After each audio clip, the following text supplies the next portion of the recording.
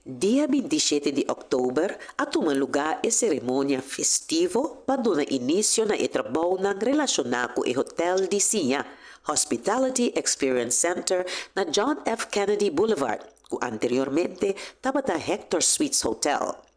Denge Hotel de Sinha, estudiante ng denge sector de hospitalidade e turismo ta ser preparado para vida profissional. Na cerimônia, Minister de Enseñanza, Sr. Citrey Van Heydorn, e Minister de Desarrollo Econômico, Sr. Ruisandro Saincha, também estava presente.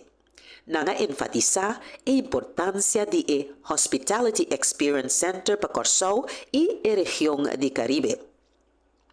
O Hotel de Sinha, Ler Hotel, também é de Fundação Curaçao Hospitality and Tourism Training Center, CHTTC.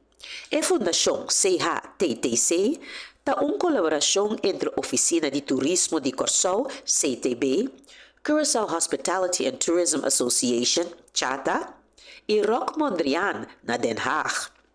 A la vez, tem estrecha colaboração com Maristela SBO, Nilda Pinto SBO e Universidade de Corsou Dr. Moisés da Costa Gomes, UOC, e também com o governo, setor empresarial e outro partner.